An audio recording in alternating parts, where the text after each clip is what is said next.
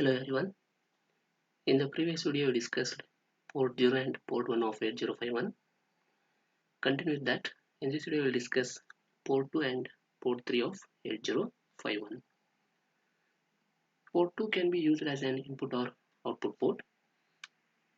Just like port 1, port 2 doesn't require any pull-up resistors since it already has pull-up resistors internally. And upon the reset of 8051, port 2 acts as an output port.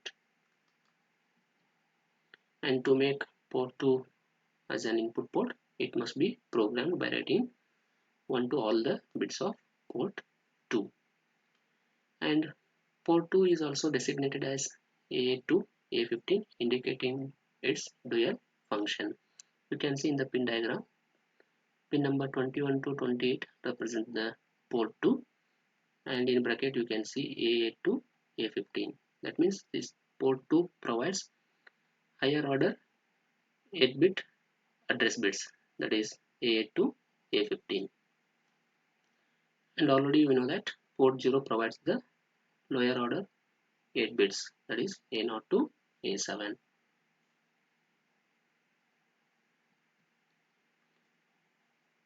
And port 3 can be used as an input or output port, and again it doesn't require any pull-up resistors, and by default it acts as an output port.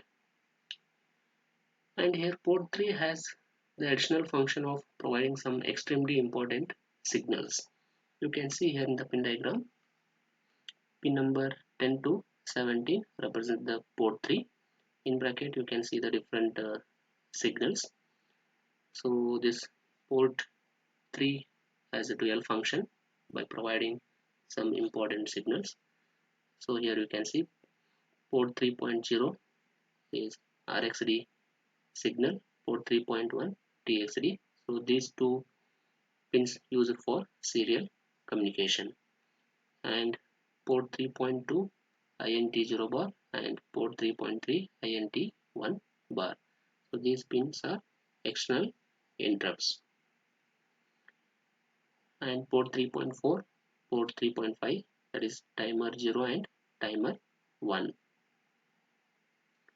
And port 3.6 WR bar, port 3.7 RD bar. So these are the read-write signals for external memories.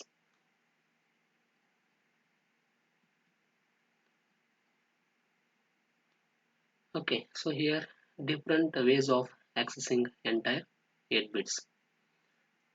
So let's consider this one. The entire 8 bits of port 1 are accessed. First instruction is move a comma hash 55h, move p1 comma a. Next call the subroutine a call delay, move a comma hash 0ah, move p1 comma a. Again call the delay sjmp back. So this is the program which we discussed in the previous video. So here we are sending the alternative values 55 and AAH continuously to the port P1. So this is the one way of writing the program.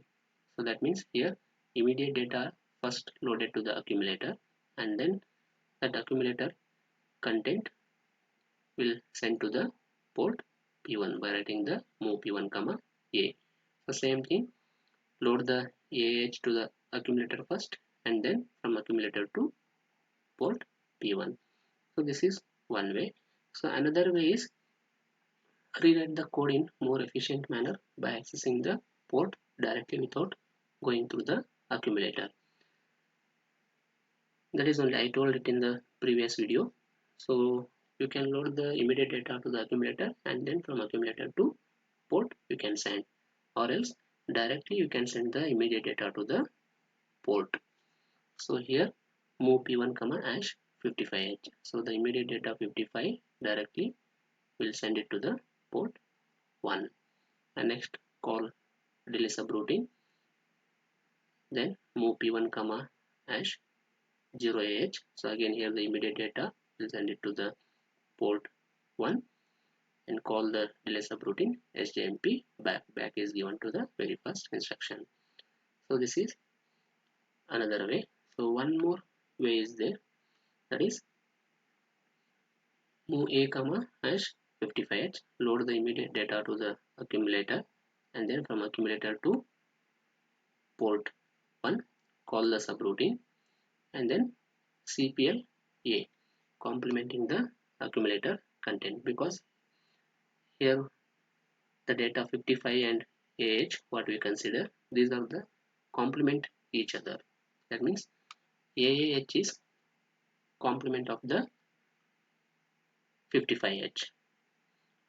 Hence here we are writing the cpl a, so it complements the accumulator content. The current content of accumulator is 55, so complement of 55 is ah and sjmp back.